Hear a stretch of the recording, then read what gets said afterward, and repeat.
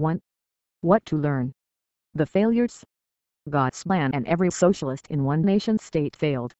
I do not have much knowledge of the things what exactly happened, but what mainly did, was that God's plan did not prevail. Russia did have strong communist party and good amount of communes and also a military force. The planning in economy was also more developed than in small far-left parties, than add-on script for the use of reporting individuals' belongings, so that you could be donated the goods you needed. This was, to a small far-leftist mind, really nice improvement in economic planning.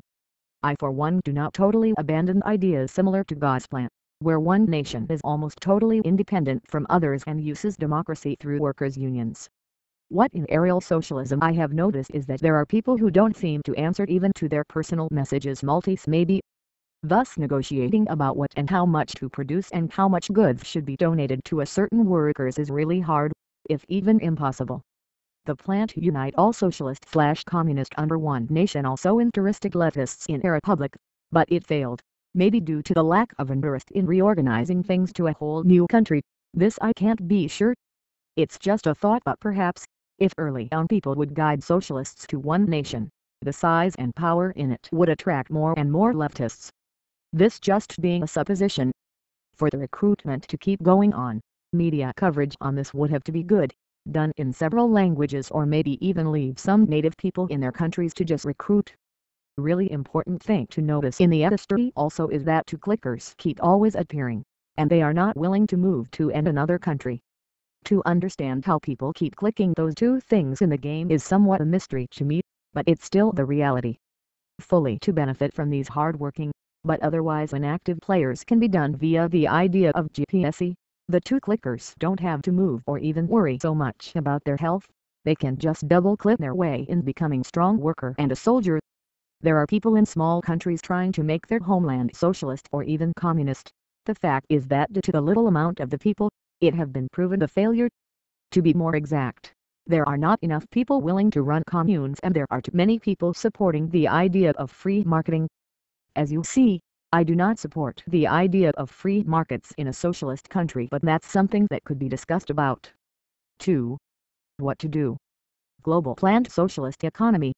If going for the idea that in every country there would be factories specializing in making a certain product, we should always be alert if a communist/socialist party was being created in vPopulus. The party's economy should be planned so that we could offer them what they need and they would produce things needed in another socialist country, trading goods for goods like IRL Venezuela and Cuba. Due to the fact that there are raw materials, this planning should be made so that if, for example, Italy has enough people to run a commune, and Italy has good resource of iron, they would run an iron factory. Of course, considering do we actually need one? Food industry. This is a thing to be discussed on serious matter. Should we by donations globally give food to commune factories? A company donates B company the food, then B company donates the food to its workers in other countries, or should we try to establish in every international party country a commune factories making food, and then we should look if they have enough resources to further produce goods in their home country. There should be some criteria, whether to establish commune factories in a country or to suggest them to move to another country, where there are communes.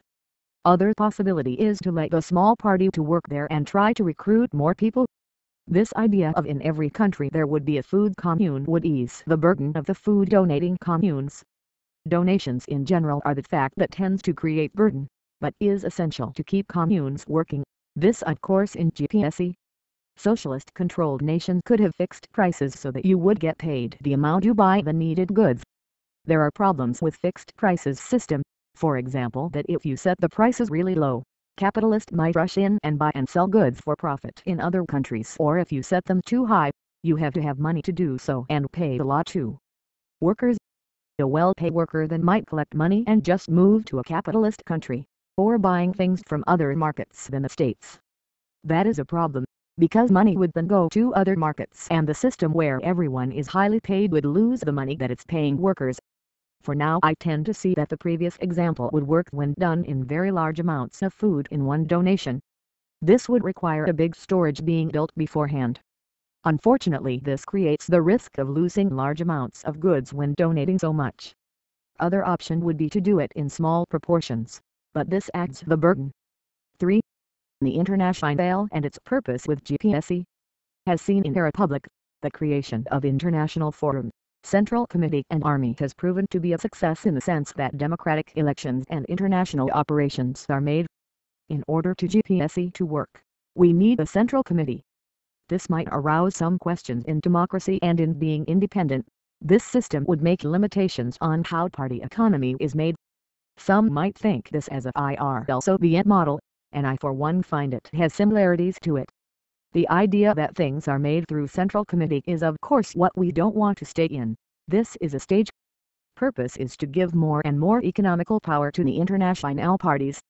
For example, if Italian far-left party has it one iron commune, but a baby boom comes and there's a chance now to make their own food commune there.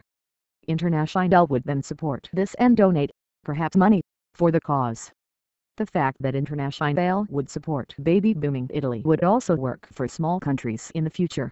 International should approach nations with problems in economy, offering them that we would fund your nation's economy if you create communes.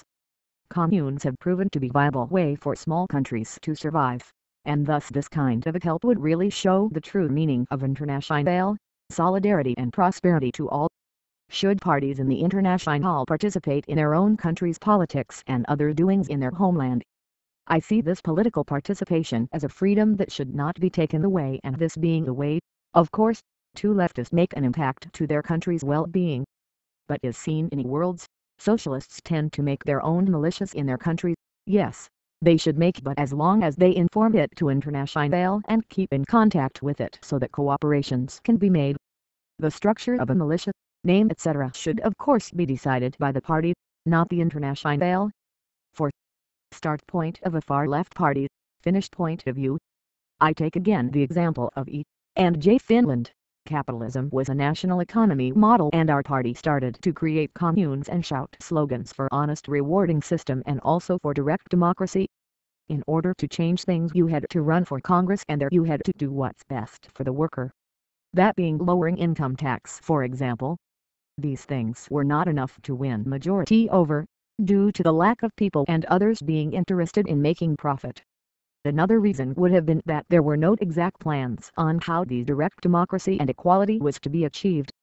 Only complete revolution of the nation was what concrete enough to be done, and it was done, with the counter-revolution of capitalists. What happened was that some people moved from the country, not many, and others waited it out. Capitalists there seemed to have investments in other nations, so our revolution was just a small wait up. Speculations what might have happened if the revolution was longer is of course open. To be more specific, the revolution did not even go through. It involved in raising taxes to 99% so that communes would be the only viable way to go, but the plans and votes didn't get to the finish before the next Congress elections, when people were exhausted by this pre-revolution. 5. Last words. There are things like direct democracy and media coverage in the International and GPSE that I did not deal with, but they should. Many other things were also left out, but those who are / were more closely in the International should participate in talks about how vPopulus should be made. The fourth text involves my point of view in the J. Finland's unsuccessful revolution. I was the president of J. Finland at the time. Two clickers keep always appearing, and they are not willing to move to another country. Is written in bold for a reason. I find that this, almost a law of nature in worlds, is key thing that prevents socialism fully being discovered via the tried methods. With GPSE it could be possible to just let them be and still be a part of global socialism. Word explanations in this text. Burden, stress to a person who runs a commune factory and donates goods repeatedly. Donations in general are the fact that tends to create burden, but is essential to keep communes working.